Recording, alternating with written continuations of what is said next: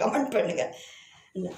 தாய்ப்பாலும் தண்ணீரும் ஒன்றா தான் இருந்துச்சு, விலை இல்லாமல் கிடச்சிச்சு. ஆனால் இப்போ எல்லாமே தலைகீழாக போணுச்சு, தடமாறி நின்றுச்சு. நிலாவில் தண்ணீர் இருக்கான்னு தேடுறோம், ராக்கெட்டை ஏவுறோம், குடிநீரை பூமியில் வியாபாரம் பண்ணுறோம். ஆறிருக்கும் பக்கத்திலே ஊரு வாழ்ந்துச்சு, வரலாறு சொல்லிச்சு. ஊரு மட்டும் இருக்குதையா, ஆற மட்டும் காணல, போன இடம் தெரியல.